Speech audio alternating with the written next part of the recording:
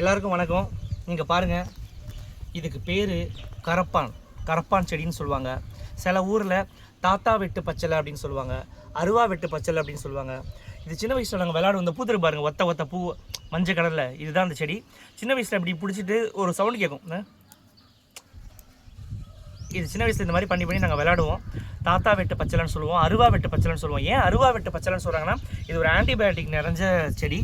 இந்த வரைக்கும் பாருங்கள், பிளான்ட்டு முழுசாக காட்டுறேன்.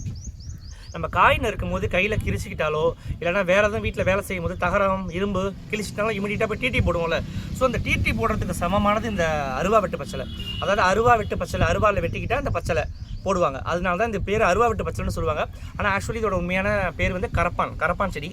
இது வந்து உடம்புல கத்தி, இரும்பு, தகரம், துருப்பிடிச்சது, எந்த ஒரு வெட்டுக்காயம் எதில் ஆனாலும் கீறி நல்லா பிளட்டு ஊற்றிக்கிட்டு இருக்கும்போது இந்த இலையெல்லாம் நல்லா பறித்து எடுத்து நல்லா கையில் கசக்குனீங்கனாலே ஜூஸ் வரும். அந்த ஜூஸை எடுத்து அந்த காயத்து மேலே அப்படியே ரத்தம் வந்துக்கிட்டே இருக்கும்போது அந்த காயத்து மேலே ஊற்றுனீங்கன்னா அப்படியே எரிச்சலாகி கொஞ்சம் நேரத்தில் அது புண்ணா போகாமல் அந்த காயம் பட்டு போயிடும்.